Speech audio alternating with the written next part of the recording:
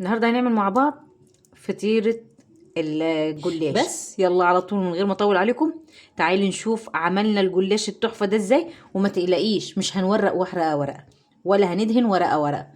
طب هنعمله ازاي؟ يلا على طول نشوف عملناه ازاي. بس ما تنسيش لو انت ما اشتركتيش في القناة تشتركي وتفعلي زر الجرس.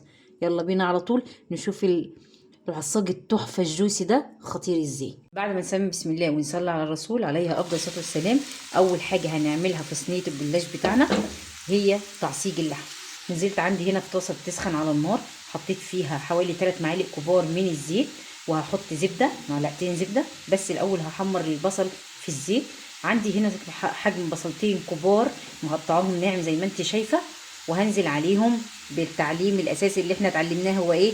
هو رشة الملح على البصل عشان يبتدي يدخل في السوا بسرعة. معلقة صغيرة من الملح حبيبة قلبي، ودي محسوبة من الملح اللي هنضيفه للأكل كلها.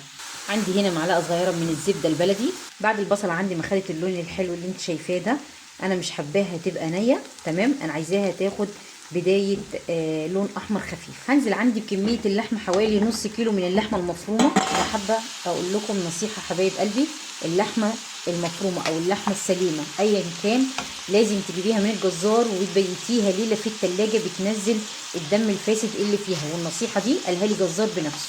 اول حاجه النار بتكون عاليه لما بنزل اللحمه المفرومه. بعد كده اول ما اقلبها واضمن ان انا قلبتها خالص وتغير لونها، ببتدي اهدي عليها النار. حبايب قلبي اللي لسه داخلين المطبخ، اللحمه لو انا سويتها على نار هاديه هتنزل السوائل اللي فيها ومش هتبطل تنزل في سوائل. لكن بصي ما فيهاش اي نقطه سوائل. ليه؟ عشان انا نزلت اللحمه المفرومه على نار عاليه. تمام. بعد كده تبتدي تهدي النار لما بتوصلي للفروله اللي هي فيها دي. هنبتدي دلوقتي ننزل بالخضار بتاعنا اللي هو ميكس ما بين الفلفل الالوان اخضر واحمر واصفر والشطه لو انت حابه، ومعلقه عندي كبيره من السبع بهارات. تمام، مش هحط اي توابل تاني، هي السبع بهارات فيها كل التوابل. عندي طماطمايه حجمها متوسط برضو مقطعاها مكعبات. هنزل عندي بربع معلقه صغيره من الفلفل الاسمر، مش هكتر اكتر من كده يا جماعه عشان زي ما اتفقنا البهارات السبعه فيها كل التوابل. وهحط الملح اللي احنا محتاجينه، وما ننساش ان احنا حاطين ملح مع البصل. تمام، بتدوقي الخلطه بتاعتك وتشوفي اذا كانت محتاجه او لا. ههدي عليها النار وهسيبها اللحمه المفرومه تاخد من طعم الخضار اللي احنا حاطينه. بص حبايب قلبي، عندي 3 فصوص من الثوم هقطعهم خرط كده وهنزل بيهم على الخلطه بالشكل اللي انت شايفاه ده، وهقلبها كويس كده. وما تغطيش الخلطه بتاعتك عشان ما تجيبش ميه، هي على الهادي كده وكل شويه تقلبي فيه. بص حبايب قلبي، على ما العصاج بتاعنا يستوي يكمل سواه، عندي هنا معلقتين كبار من القشطه وش الحليب، دي اختياري ليكي. وعندي هنا معلقتين كبار او 3 من الزبده حسب كميه الصينيه اللي انت هتعمليها. وعندي 3 معالق من الزيت النباتي. هدخله الميكروويف يسخن مع بعضه. بعد كده هحضر الصاج اللي انا هحطه عندي في الفرن، هدهنه بزبده. ليه مش زيت؟ عشان انا عايزه الجلاش بتاعي ياخد اللون الاحمر من تحت. الزبده طبعا عارفين بتدي قوام رهيب من تحت. وده شكل العصاج بتاعنا يا جماعه بعد ما استوى وبقى بالقوام واللون والريحه التحفه دي. عايزه اقول لكم الريحه خطيره، اقسم بالله الريحه خطيره. هنركنه على جنب يبرد عشان ما يهرلناش الايه، ورق الجلاش. ودي شكل يا جماعه الإدام أو السوائل اللي احنا هندهن بيها الطبقات، اللي هي عبارة عن قولي مثلا ربع كوباية زبدة، ربع كوباية زيت، و3 معالق كبار من القشطة. وطبعا الكميات دي راجعة عليكي حسب الكمية اللي انت هتعمليها. وطبعا الصاج عندنا دهناه بزبدة زي ما انت شايفة. فاضل عندنا الجلاش بتاعنا. بص حبايب قلبي، انا هدهن طبقتين طبقتين، تمام. وما تنسيش الجلاش لازم تغطيه بقماشة.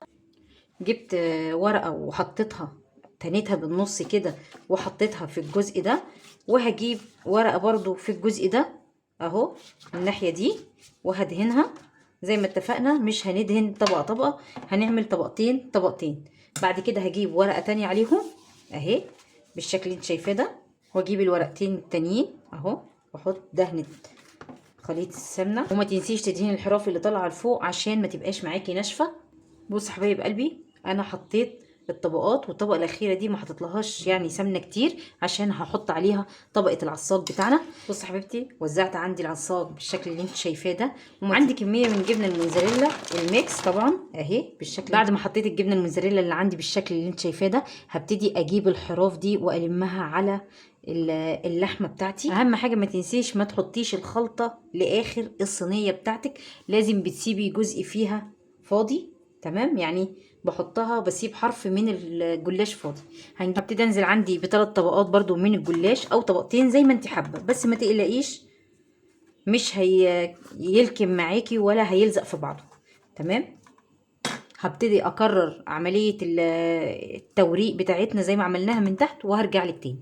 بص حبيبتي، بعد ما ورقنا الطبقات الاخيره بالشكل ده، بجيب الصينيه الجلاش بتاعي بحاول ادخله من تحت بالشكل اللي انت شايفاه ده. بنبتدي عندنا نمسح حراف الصينيه بالشكل اللي انت شايفاه ده، عشان بعد كده هجيب سكينه وهقطع الجلاش بتاعي على القطع اللي انت حباها بالشكل ده. وده شكل الجلاش بتاعنا بعد ما قسمناه لمربعات بالشكل اللي انت شايفاه ده. عندي الفرن بتسخن على درجه حراره 180، الرف في النص، هشغل من تحت بس، وبعد كده هخليه ياخد اللون، وبعد كده هنطلعه يعني هنخليه ياخد بس لون 5 دقايق فقط لا غير. ليه؟ عشان انا عايزه اديله التشريبه بعد ما ياخد اللون ويبتدي يفتح معايا، عشان كل جلاش يتشرب معايا بالسائل اللي انا هعمله له. بعد كده حبايبي هنعمل مع بعض سائل التشريب بتاعنا. عندنا بيضه بدرجه حراره المطبخ، هنزل بيها كده في الطبق، معلقه صغيره كده من الخل، ربع معلقه صغيره من الفلفل الاسمر، ربع معلقه صغيره من الكيك شيف او البيكنج باودر. هنزل عندي بكوبايه كبيره من الحليب، هبتدي اضرب الكلام ده كله مع بعضه، ونص معلقه صغيره من الملح. وطبعا الخليط ده قابل ان انت تدوقيه وتشوفي الملح بتاعك محتاجاه قد ايه. على طرف المعلقه برضو سكر، وهبتدي اقلب. وبرضو هنزل على الخليط بتاعي بمعلقه صغيره من القشطه.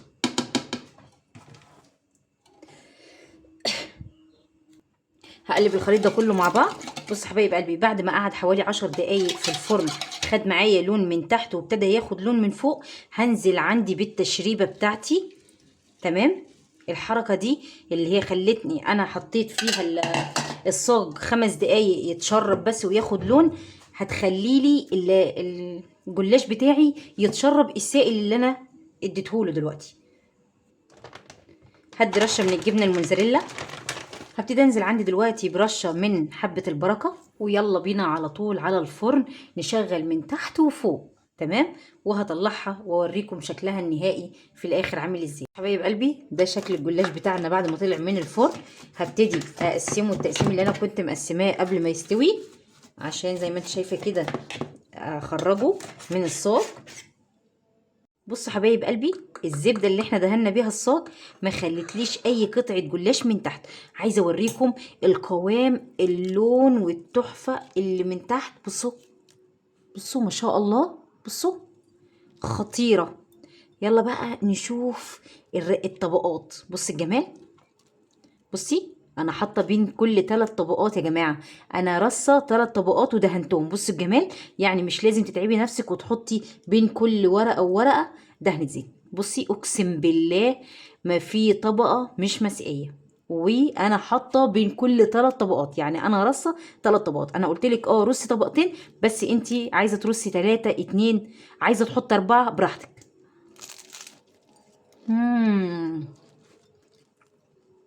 لا لا، بجد خطيره. ما تنسوش يا جماعه تجربوها على طريقتي مع حته مخلل اللفت كده، وتقولوا لي رايكم فيها ايه.